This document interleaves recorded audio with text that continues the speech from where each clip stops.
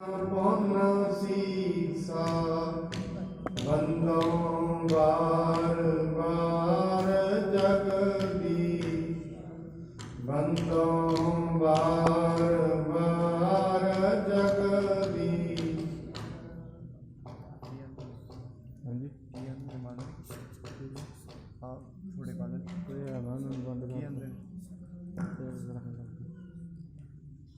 श्री गुरु ग्रंथ साहिब महाराज जी की पावन पवित्र हजूरी अंदर सुभाएमान सतसंगी जनों, आप जी बहुत वडभागी हो। परमात्मा की मेहरामत का सदका पिछले किसी बीजे हुए अंकुर का सदका इस पावन सत संगत दे विच आप जी जुड़ बैठे हो। महाराज कहते ने पूरब करब अंकुर जब प्रगटे भेट्यो पुरख रस बैरागी। मनुख दे कोई कर्म जागते ने, कोई ऐसा बीज उसने बीजा हुंदा है, उस बीज के जागण के कारण ही मनुख सत संगत की प्राप्ति करता है। और जो सत संगत है यही जिंदगी का तत्व सार है। इथों मनुख को पता लगता है जिंदगी का रहस्य की है, जिंदगी की सच्चाई की है। क्योंकि कुछ जीवनियां, कुछ कथावां, कुछ साखियां असी उन्हां दे जीवनां दियां लैंदे हां जिन्हां ने अज तो पहला अपनी जिंदगी विच कुछ ना कुछ कीता है। क्योंकि जदों भी कथा हुंदी है प्रामाणिक करन वास्ते जे हंकार की गल आउंदी है, किसी की असी साखी समझते हैं पुरानी। जे नाम जपण की गल आउंदी है असी पुरानी किसी की साखी समझते हैं, उसकी जिंदगी नाल की वापरिया। फिर उन्हां दियां साखियां तो शिक्षावां लैके ये समझिया जाता है कि काम कर लेना चाहिए कि नहीं करना चाहिए। क्योंकि दुनिया के विधान नहीं बदलते, नियम नहीं बदलते, एको ही नहीं। जो चीज अज तो लखां साल पहला गलत सी वो अज भी गलत है। झूठ बोलना अज तो लखां साल पहला गलत सी, अज भी गलत। हक किसी का जो अपना नहीं है, किसी की किरत कमाई है, उन्होंने चुरा लेना, उन्होंने ठग लेना अज तो लखां साल पहला भी गलत सी, अज भी गलत। ये कोई बदलाव नहीं। ताई करके गुरबाणी अज तो 500 साल पहला सज्जन ठगते भी ढुक जाती है। अज दसो असी गुरबाणी को श्रवण करते हैं, अज भी ढुकती है। अज भी वो बाणी मनुख के उत्ते पूरी तरह लागू होती है। इस करके संगत विच बैठ के मनुख को कुछ गल्लां ऐसियां पता लगदियां ने जिन्हां तो उसके मन के विच भाव जागदा है, मैं इस तरीके नाल अपनी जिंदगी करा ते मेरी जिंदगी आनंदमई ते सुखमई हो जाएगी। गुरु साहिब जी की बाणी, उन्हां दीयां साखियां, किसी भगत की साखी, उन्होंने घर से मुश्किल आई किवें उन्होंने अपनी जिंदगी में उस मुश्किल को टालिया, जे शारीरिक मुश्किल आई उन्होंने किवें टालिया, जे कोई अध्यात्मिक तौर पर मुश्किल आई उन्होंने किवें टालिया। ये जिहड़ियां गल्लां सानूं सत संगत चों पता लगदियां ने। फिर जदों मनुख इन्हां चीज़ां नूं अपनी जिंदगी में लागू करना शुरू कर दिंदा है, हौली हौली फिर उहदे परिणाम मनुख के सामने होंदे।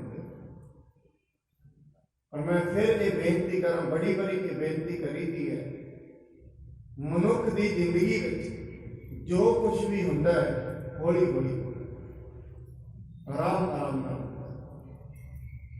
क्योंकि दुनिया उत्ते दुनिया भी बनी है आराम आराम नाल बनी, हौली हौली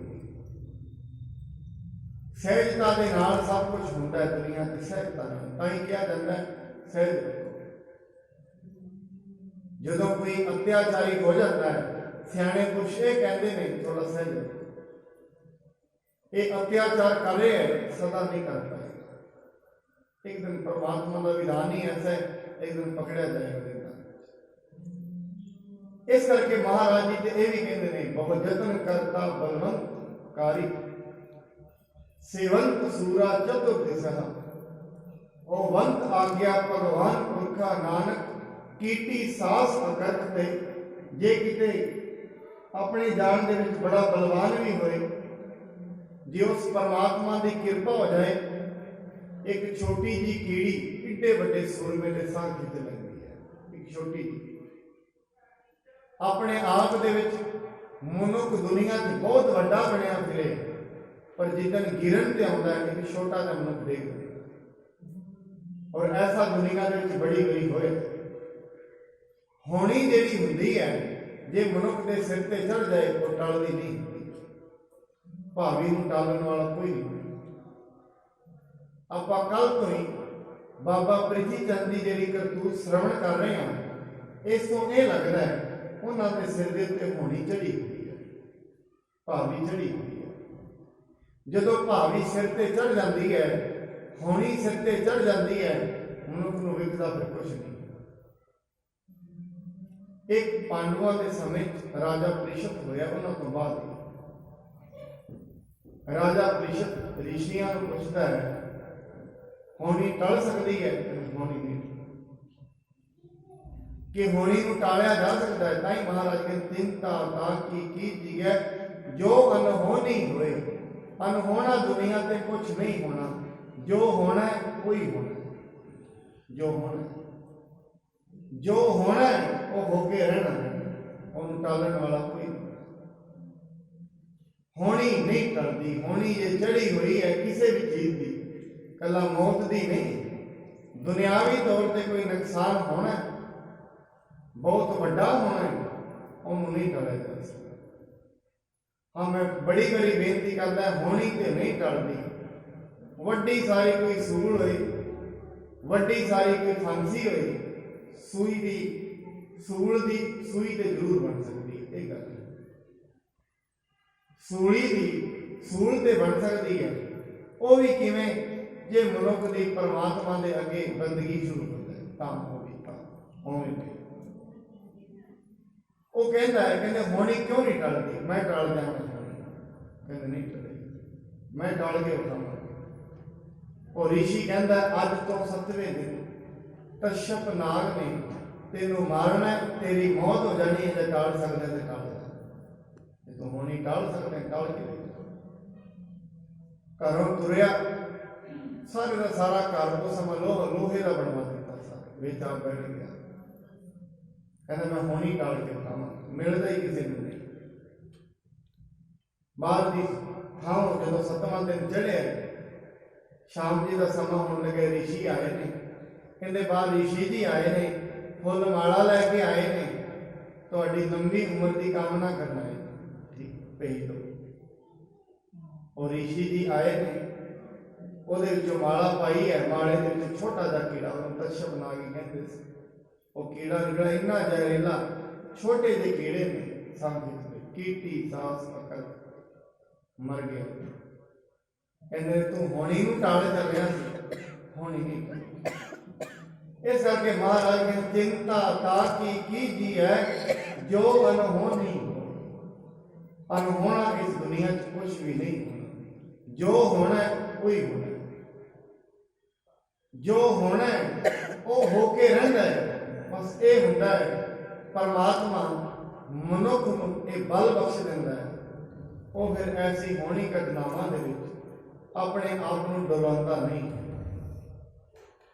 और कई बार ऐसा भी होता है, मनुख बंदगी करता है, ਉਹਦੇ ਅੱਗੇ अरदास करता है, कई भी परमात्मा ऐसे मोड़ टाल ही दिंदा है, पर मौत तो फिर भी नहीं टलदी।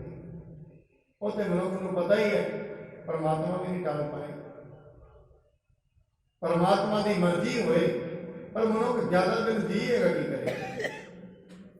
ज्यादा दिन जी भी रहेगा, जी के करेगा भी की? क्योंकि उस तो बाद जिवें 80-90 साल के उत्ते चल पैंदा है, दुनिया की नज़र के किसी काम का नहीं। दुनिया की नज़र फिर जे किसी 80-90-100 साल की बीमार भी हो जाए, फिर कहते चलो बहुत हंडा खा लिया, एवं कहने लग जाते। ये हरेक मनुख के नाल हुंदा है, दुनिया की की सजाई है। मनुख जदों तई लाभकारी है, कुछ कमा सकता है, बना सकता है, उदों तई इहदा दुनिया के नाल संबंध जुड़िया रहता है। याद रखना, जदों कमाना कमाना बंद हो जाता है, उदों संबंध टुट जाता है। सतगुरु जी कहते सत संगत दे विच आके मनुख नूं परमार्थ पता लगता है, सच्चाई का पता लगता है, परमात्मा की बंदगी का उमाहा ये अंदर आता है। इस नूं पता लगता है मैं इस दुनिया ते खड़ा हाँ, दुनिया ते करना की है, क्यों आया, ये पता करना पड़ेगा। जे यही नहीं पता लग्या, मनुख शहर दे विच आया, बाजार दे विच आया, कि तो बाहर उतर गए, तो कोई दिल्ली गया, जो दिल्ली जा रहे, दिल्ली जाने का कोई ना कोई प्रयोजन तो होएगा, है तो दिल्ली नहीं गया, कोई ना कोई काम है। और जेडे कम आए दिल्ली दी वड्डियां वड्डियां बिल्डिंगां नूं वेख के, वड्डे वड्डे महल मुनारियां वेख के, उत्थों दे रंग तमाशे वेख के अपना जिहड़ा प्रयोजन लैके मुंडा नूं भुल जांदे। फिर वापस जदों आउंदे ने घरों वो गालां पैंदियां ने, तूं की लैण गया सी, समा भी खराब किया है, मिलिया फिर भी कुछ नहीं, समा भी खराब किया, पैसे भी खराब किए, लग्या तो कुछ भी नहीं।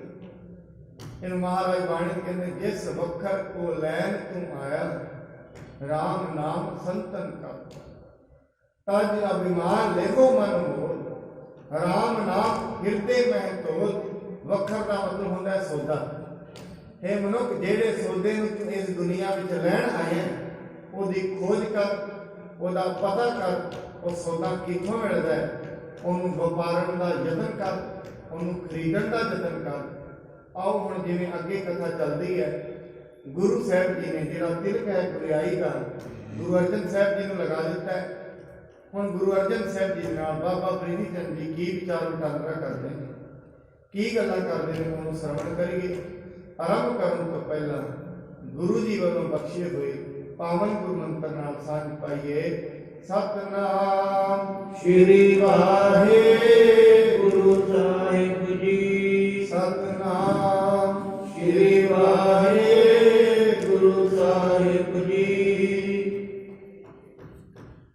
सब सो सतगुर बात उचारे, सुनो सिख सब तुम गुर प्यारे। गुरु महाराज जी ने फिर सारिਆਂ ਨੂੰ वाक उच्चारण ਕੀਤੇ ਨੇ, हे सिखो ਤੁਸੀਂ गुरु ਨੂੰ बहुत प्यारे हो, मेरी एक गल सुनी करो। श्री अर्जन मम रूप निहारो, जिम खोज लखो तथा उर धारो। कहते ने अज तो बाद गुरु अर्जन साहब जी ने साडा रूप जानना है, जिवें आप जी मैनू वेख्या करते सी, उवें ही श्री गुरु अर्जन साहब जी ने वेखना है। गुरता काबी पर ए थिरियो, फलत फलत भार जो सब धरियो। कहते ये गुरता गद्दी ते बैठ गए ने, इस लोक दा ते परलोक दा दोवां दे विच ये सफाई होणगे, दोवां दा भार ये सहन कर सकते ने, दोवां दे बारे ये जानते ने। लोक दी सच्चाई की है, परलोक दी सच्चाई की है। मनुख नूं लोक दे तौर ते इन्नी सच्चाई ते पता है, जे मैं किते घरों निकलांगा, इन्ना क मैं कमाउणा, इन्ना खाना, इन्ने घर बनाने, ये सच्चाई ते इन्हूं पता है, और ये पता होनी नहीं चाहिए। महाराज ते इत्थों ते कहते हैं, कहते हे मनुख, तेनूं परमात्मा ने जीवन दिता है, जीवन दे के आ जो कुछ भी बनाया बाहरी तौर पर जिन्नी माया बनाई है, तेरे खान पीन में जो कुछ भी बनाया तेरे वास्ते बनाया। ये मत समझी कि तेन छड्डण वास्ते, इनू छड्डना नहीं है। जे ये छड्डना ही हुंदा फिर परमात्मा बनाउंदा ही, बनाए ही तां खा। पर खाना ते है संजम नाल खाना, ये गल खाना ते है संजम नाल, पाउना ते है संजम नाल, जिउना ते है संजम नाल। संजम का मतलब वेख के, जिवें कि टेबल ते मनुख बैठा हो, जिवें ब्याह दे विच मनुख जांदा है टेबल ते बैठा है, कई प्रकार दी चीज़ों लैके आते रहते कहते आ नहीं चाहिए, आ भी नहीं चाहिए, क्योंकि संयम नाल जीना वो मनुख की मर्जी है। मनुख संयम नाल भी जी सकता है, लोभ दे विच भी जी सकता है, उसकी मर्जी है। लोभ दे विच जीन लग जाएगा, लोभ दे विच जींदिया जींदिया इन्हूं ऐसा लोभ दे विच लग जाएगा अपना आपा भुल जाएगा। लोभ का मतलब एक होर भी विद्वान कहते हैं, लोभ का मतलब यह होता है जिंदगी की तैयारी करनी, जिंदगी जीवना नहीं, जिंदगी की तैयारी करनी। मतलब ये अज मैं होर ते होर चीज़ां ले लवां, क्यों अगे मैनूं कम देंगे, ते जो कुछ अज है उसका पता ही नहीं, जो मनुष्य को अज है उसका पता नहीं है, जो कुछ नहीं है उसका पता है, जो कुछ नहीं है उसके वास्ते भटकना है, जो कुछ है उसके नाल संतोष नहीं। और भटकना ऐसी एक गरीब का भटकना तो ठीक है, जिस को कुछ भी नहीं उत्ते लग्या होया इत्थे वेखिया जा सकता है। एक गरीब तो परेशान है दुनियावी तौर पर पैसे करके, वैसे तो परेशानी उदों ही होती है जो रब का नाम नहीं होता, परमात्मा का नाम होए भावें घर दे विच खाण नूं कुछ भी ना होए फिर भी मनुष्य आनंद विच रहे। परमात्मा का नाम कोल नहीं, उसकी याद कोल नहीं, उसका डर हिरदे विच नहीं, बहुत कुछ हुंदियां भी मनुख की हालात भखारियां तो वध नहीं, बहुत कुछ होंगे जे परमात्मा की याद उसके कोल नहीं। मैं आप जी के सामने एक बेनती करा, कहते हैं गुरु अंगद साहब जी जिन्होंने वेख के इस गुरु नानक साहब जी के कोल गए, उन्होंने नाम शायद इतिहास पाई जोधी होता है शायद, पर मैं आप जी नाल साखी जरूर साझी करांगा। वो गए ने गुरु अंगद साहब जी दुकान का काम करते थे, उन्होंने दुकान पर की वेखते ने किलो आटा मंगया, आटा दे आटा तोलन लगे, थोड़ा जा आटा फालतू जाने के पा दिता, चलो गरीब है तो गरीब है तो एवं करता क्योंकि अगे तो लैन आया नहीं लगता तो घर रोटी नहीं करती, थोड़ा आटा फालतू नहीं, आटा फालतू नहीं पाना। कहते मैं सोचा तेरे घर कुछ नहीं, थोड़ा लै जा, कहते नहीं नहीं, मेरा गुरु इस गल की गवाही नहीं भरता किसी के हिस्से का मैं अपने घर लेके जाऊँ, मैं नहीं लैना। एक कमाल का इंसान है, ऐसा कौन सा गुरु इनू मिल गया है और इन्नी श्रद्धा के आ गई है, इन्ना दृढ़ हो गया है, इन्ना संतोखी हो गया, ये घर खाण को कुछ नहीं, पर नहीं कुछ होंदिया भी इन्ना संतोख के विच है।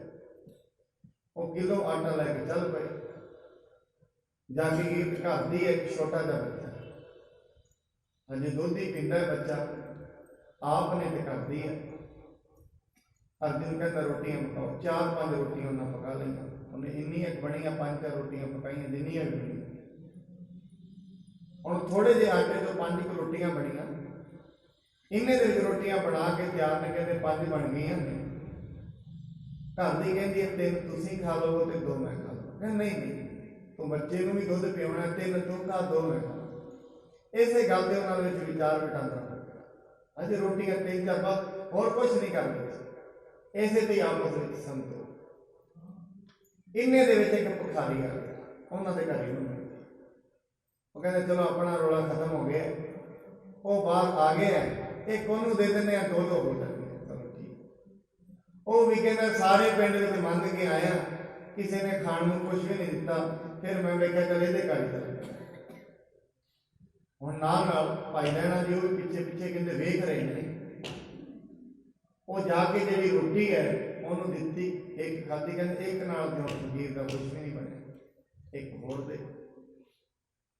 वो कहता चलो ठीक है एक होर दे देते हैं, 3 रह जाएगियां, फिर वो खा 2 वो खा लेंगे तो मैं खा लूँगा, एक होर खा ली।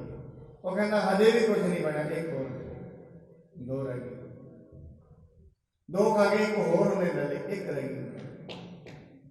घर दिन कहता एवं कर, थोड़ी जी मैनू दे दे, बाकी तू ही खा लै, तू बच्चे को दुध पियाना है, मैं सतगुरु का नाम लैके इन्ने विच ही शुक्र मना। ਕਹਿੰਦੇ ਉਹਨਾਂ ਨੂੰ ਵੇਖ ਕੇ ਉਹ ਇੰਨੇ ਪ੍ਰਭਾਵਿਤ ਹੋਏ, ਉਹਨਾਂ ਦੇ ਚਰਨੀ ਡਿੱਗ ਪਏ। ਤੇਰੇ ਕੋਲ ਕੁਝ ਵੀ ਨਹੀਂ, ਨਾ ਕੁਝ ਹੁੰਦਿਆਂ ਵੀ ਨਾ ਕੁਝ। ਇੱਥੇ ਜੋ ਲੋਕ ਤੇ 10-10 ਬੇੜੀਆਂ ਤੇ ਰੋਟੀਆਂ ਬੰਨੀ ਫਿਰਦੇ ਨੇ, ਹਜੇ ਤਾਈਂ ਪਰੇਸ਼ਾਨ ਨੇ।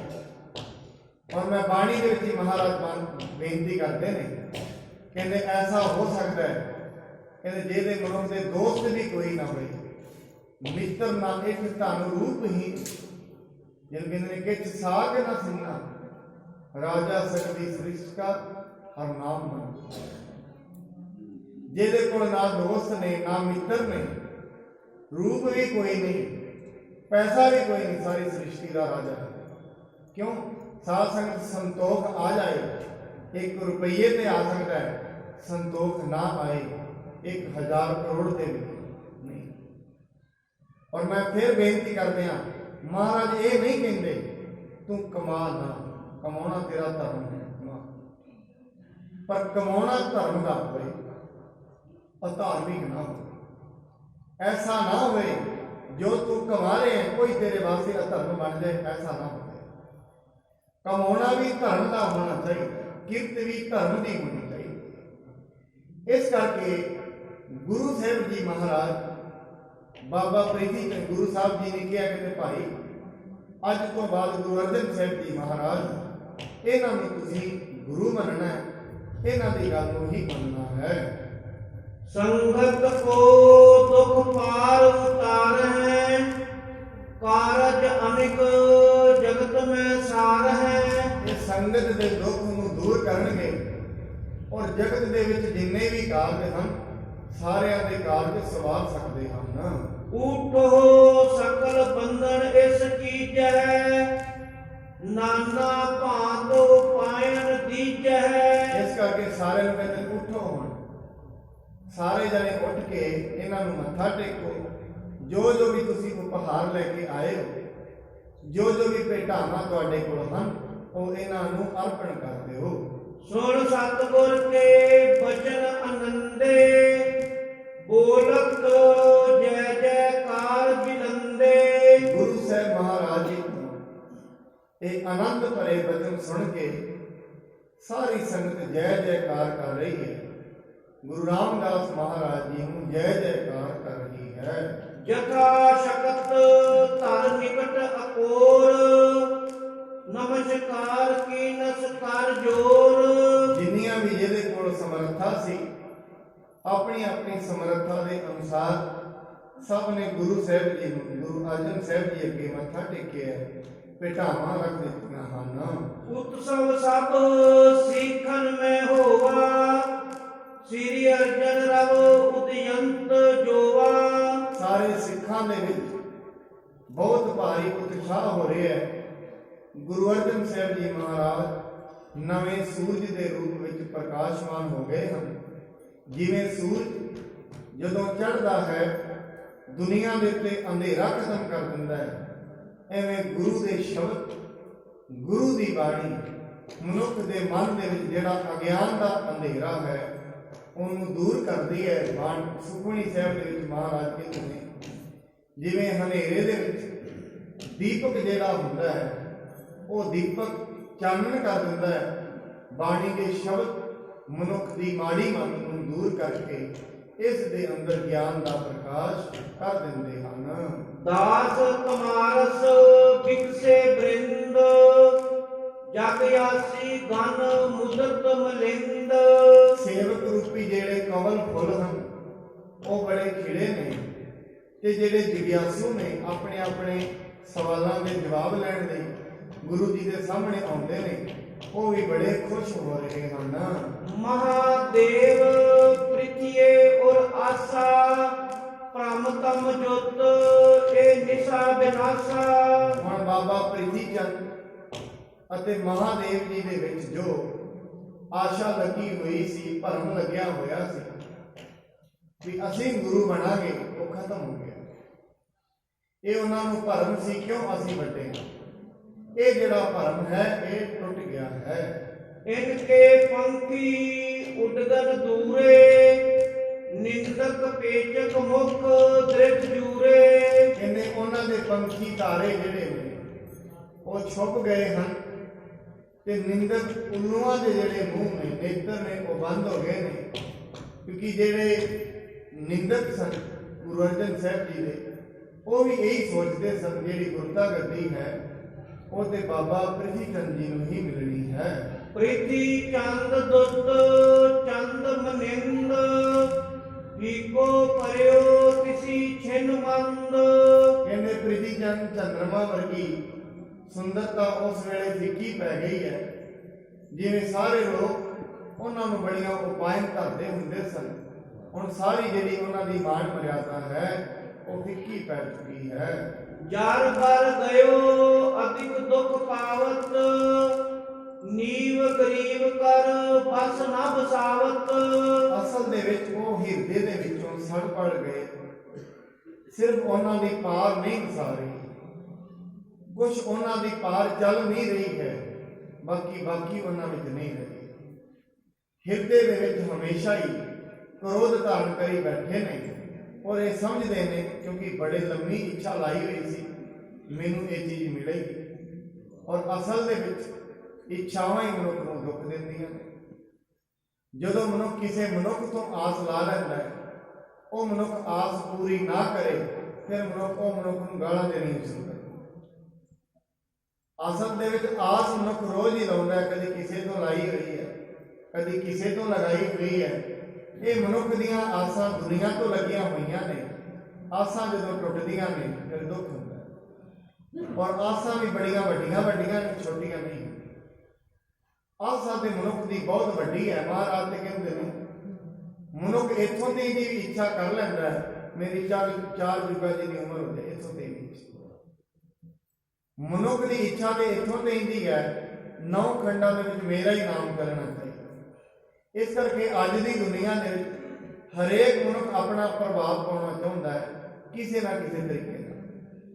ਇਹ ਪਰਮਾਤਮਾ ਦਾ ਪ੍ਰਭਾਵ ਨਹੀਂ ਕਬੂਲਣਾ ਚਾਹੁੰਦਾ, ਆਪਣਾ ਪ੍ਰਭਾਵ ਪਾਉਣਾ ਚਾਹੁੰਦਾ।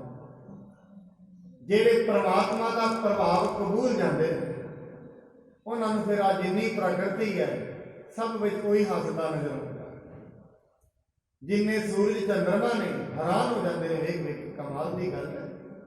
ਇੱਕ ਸੂਰਜ ਬਣਾਇਆ, ਚੰਦਰਮਾ ਬਣਾਇਆ, ਕਿਵੇਂ ਬਣਾਇਆ ਹੋਏਗਾ? ਧਰਤੀ ਦੇ ਵਿੱਚ ਪਾਣੀ ਹੈ, ਪਾਣੀ ਦੇ ਥੱਲੇ ਫਿਰ ਅਗਨ ਹੈ, ਸਾਰੀ ਪਾਣੀ ਹੈ, ਅੱਗ ਹੈ, ਤਿੰਨੇ ਚਾਰੇ ਤੱਤ ਨੇ ਇੱਕ ਦੂਜੇ ਦੇ ਵੈਰੀ ਨੇ, ਸਰੀਰ ਵਿੱਚ ਇਕੱਠੇ ਨੇ। ਪਾਣੀ ਤੇ ਅਗਨੀ ਇਕੱਠੀ ਨਹੀਂ ਰਹਿੰਦੀ, ਪਰ ਸਰੀਰ ਦੇ ਵਿੱਚ ਜਠਰ ਅਗਨੀ ਹੈ, ਉਹ ਅਗਨੀ ਵੀ ਹੈ, ਵਿੱਚ ਪਾਣੀ ਵੀ ਹੈ। ਕਿੰਨਾ ਵੱਡਾ ਕਲਾਕਾਰ ਹੈ। ਕਿੰਨੀਆਂ ਤਕੜੀਆਂ ਤਰਕੀਬਾਂ ਦੇ ਨਾਲ ਉਹਨੇ ਦੁਨੀਆ ਬਣਾਈ ਹੈ ਔਰ ਕਿੰਨੀ ਡੂੰਘੀ ਬਣਾਈ ਹੈ, ਸਮਝ ਤੋਂ ਹੀ ਬਾਹਰ। ਜਿਹਨੂੰ ਕਹਿੰਦੇ ਵੱਡੇ ਮੇਰੇ ਸਾਹਿਬਾ ਗਹਿਰ ਗੰਭੀਰਾ, ਗੁਣੀ ਗਹੀਰਾ, ਹੋਏ ਨਾ ਜਾਣੇ ਤੇਰਾ ਕਿਤਾ ਕੇਵਲ। ਇਹ ਪਰਮਾਤਮਾ ਕੋਈ ਜਾਣਦਾ ਹੀ ਨਹੀਂ, ਇੰਨੀ ਡੂੰਘੀ ਦੁਨੀਆ ਤੋਂ ਬਣਾਈ। ਇਸ ਕਰਕੇ ਤੇਰੇ ਅੱਗੇ ਅਸੀਂ ਤੇ ਅਰਦਾਸ ਹੀ ਕਰ ਸਕਦੇ ਹਾਂ, ਕਰਮਾਂ ਨਾਲ, ਆਪਣੇ ਸ਼ੁਭ ਕਰਮਾਂ ਨਾਲ ਵੀ ਤੇਰੀ ਇਸ ਬਣਾਈ ਹੋਈ ਪ੍ਰਕਿਰਤੀ ਦੇ ਵਿੱਚੋਂ ਅਸੀਂ ਪਾਰ ਨਹੀਂ ਕਰ ਸਕਦੇ। ਇਸ ਕਰਕੇ ਤੇਰੇ ਅੱਗੇ ਬਾਰ-ਬਾਰ ਇਹੀ ਅਰਦਾਸ ਹੈ, ਮੈਨੂੰ ਉਤਾਰ ਲੈ, ਮੇਰਾ ਪਾਰ ਉਤਾਰਾ ਕਰ। ਔਰ ਪਤਾ ਨਹੀਂ ਕਿੰਨੀਆਂ ਐਸੀਆਂ ਚੀਜ਼ਾਂ ਨੇ ਜਿਹੜੀਆਂ ਮਨੁੱਖ ਦੇ ਮਨ ਨੂੰ ਬਾਰ-ਬਾਰ ਦੁਨੀਆ ਵਿੱਚ ਹੀ ਲੈ ਕੇ ਜਾਂਦੀਆਂ। ਬਸ ਇੱਥੋਂ ਬਾਹਰ ਨਿਕਲੇਗਾ, ਪਤਾ ਨਹੀਂ ਕਿਹੜੀ ਚੀਜ਼ ਹੈ ਦਿਮਾਗ ਵਿੱਚ ਆ ਜਾਏ। ਉਹ ਇੱਕ ਚੀਜ਼ ਦਿਮਾਗ ਵਿੱਚ ਆਉਂਦੀ ਹੈ, 5-7 ਘੰਟੇ ਦੇ ਮਨੁੱਖ ਦੇ ਦਿਮਾਗ ਵਿੱਚ ਉਹੀ ਤੁਰੀ ਜਾਂਦੀ। ਆਸ਼ਾਵਾਂ ਜਿਹੜੀਆਂ ਹੁੰਦੀਆਂ ਨੇ ਮਨੁੱਖਾਂ ਤੋਂ, ਆਸ਼ਾਵਾਂ ਹਮੇਸ਼ਾ ਦੁੱਖ ਦਿੰਦੀਆਂ ਨੇ। ਤਾਂ ਹੀ ਬਾਣੀ ਕਹਿੰਦੀ ਹੈ ਧਰ ਜੀੜੇ ਇੱਕ ਟੇਕ ਲਾਹੇ ਬਟਾਣੇ, ਦੁਨੀਆ ਦੀ ਆਸ ਲਾ। ਪਰ ਮੈਂ ਬੜੀ ਵਾਰੀ ਆਪ ਜੀ ਦੇ ਸਾਹਮਣੇ ਇਹ ਬੇਨਤੀ ਕੀਤੀ ਹੈ, ਮਹਾਭਾਰਤ ਦੇ ਯੁੱਧ ਦੇ ਵਿੱਚ ਜਿਸ ਦਿਨ ਦ੍ਰੋਪਦੀ ਨੂੰ ਲਿਜਾਇਆ ਗਿਆ, ਦੁਸ਼ਾਸਨ ਵਾਲਾਂ ਤੋਂ ਫੜ ਕੇ ਲੈ ਗਿਆ ਦੁਰਯੋਧਨ ਮਹਾਰਾਜ ਦੇ ਸਾਹਮਣੇ, ਦ੍ਰੋਪਦੀ ਉਹਨੂੰ ਕਹਿੰਦੀ ਆ ਰਹੀ ਹੈ ਤੂੰ ਮੇਰੇ ਵਾਲ ਨਾ ਫੜ, ਜਿਹੜੀ ਸਭਾ ਵਿੱਚ ਤੂੰ ਮੈਨੂੰ ਲੈ ਕੇ ਚਲੇ ਹੈ ਉੱਥੇ ਅਰਜੁਨ ਧਨੁਸ਼ਧਾਰੀ ਬੈਠਾ ਹੈ, ਉਹ ਤੋਂ ਵੱਡਾ ਧਨੁਸ਼ਧਾਰੀ ਕੋਈ ਹੋਰ ਨਹੀਂ ਹੈ। ਉੱਥੇ ਭੀਮ ਵਰਗਾ ਬੜਾ ਬਲਸ਼ਾਲੀ ਬੈਠਾ ਹੈ, ਉਹ ਤੋਂ ਵੱਡਾ ਬਲ ਵਾਲਾ ਵੀ ਕੋਈ ਨਹੀਂ ਹੈ। ਤੈਨੂੰ ਜਾਂਦਿਆਂ ਨੂੰ ਸਬਕ ਜ਼ਰੂਰ ਸਿਖਾਉਣਗੇ।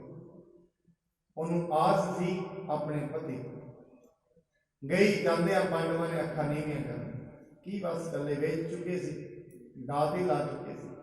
ਧਰਮ ਦਾ ਸਮਾਂ ਸੀ, ਅਧਾਰਮਿਕ ਗੱਲ ਸੀ, ਜਿਹੜੀ ਕਿ ਦਾਅ ਤੇ ਲਾ ਦਿੱਤੀ ਹੈ ਉਹਦੇ ਤੇ ਦੁਬਾਰਾ ਅਧਿਕਾਰ ਜਮਾਉਣਾ ਇਹਨੂੰ ਧਰਮ ਨਹੀਂ ਕਹਿੰਦਾ। ਖੇਡਿਆ ਧਰਮ ਤੇ ਲਾ ਦਿੱਤੀ, ਦਾਅ ਤੇ ਲਾ ਦਿੱਤੀ। ਫਿਰ ਉਹਨੇ ਵੇਖਿਆ ਚਲੋ ਇਹ ਤੇ ਠੀਕ ਹੈ, ਆ ਭੀਸ਼ਮ ਪਿਤਾਮਹ ਸਾਰੇ ਬੈਠੇ ਨੇ ਏਡੇ ਵੱਡੇ ਵੱਡੇ, ਇਹਨਾਂ ਤੇ ਆਸ ਰੱਖੀਏ। ਉਹਨਾਂ ਵੱਲ ਵੇਖਿਆ ਦੁਰਯੋਧਨ ਚੱਲਣ ਹੀ ਕਿਸੇ ਦੀ ਨਹੀਂ ਦਿੰਦਾ, ਸਭ ਬੈਠੇ ਨੇ ਚੁੱਪ ਕਰ। ਦੁਸ਼ਾਸਨ ਨੂੰ ਆਰਡਰ ਹੋਇਆ ਇਹਦੇ ਵਸਤਰ ਦਾ ਚੀਰਹਰਣ ਕੀਤਾ ਜਾਏ। ਦੁਸ਼ਾਸਨ ਹੌਲੀ ਹੌਲੀ ਚੀਰਹਰਣ ਕਰਨਾ ਸ਼ੁਰੂ ਕਰਦਾ ਹੈ। ਬਾਣੀ ਦੇ ਵਿੱਚ ਮਹਾਰਾਜ ਨੇ ਪੰਚਾਲੀ ਕੋ ਰਾਜ ਸਭਾ ਮੈਂ ਰਾਮ ਨਾਮ ਸੁਣਦਾ। ਅਸਲ ਦੇ ਵਿੱਚ ਕ੍ਰਿਸ਼ਨ ਜੀ ਵੀ ਨੇ, ਅਵਤਾਰ ਤੇ ਉਹਦੇ ਹੀ ਨੇ, ਤਾਂ ਹੀ ਉਹਨਾਂ ਵਿੱਚ ਇਹ ਭਾਵਨਾ ਹੈ ਵੀ ਕਿਸੇ ਦਾ ਪਾਰ ਉਤਾਰਾ ਜਾ ਕੇ ਕਰਨ। ਅਸਲ ਦੁਨੀਆ ਦੇ ਜਿੰਨੇ ਵੀ ਅਵਤਾਰ ਆਏ ਨੇ ਰੂਪ ਉਹਦਾ ਹੀ ਨੇ ਸਾਰੇ।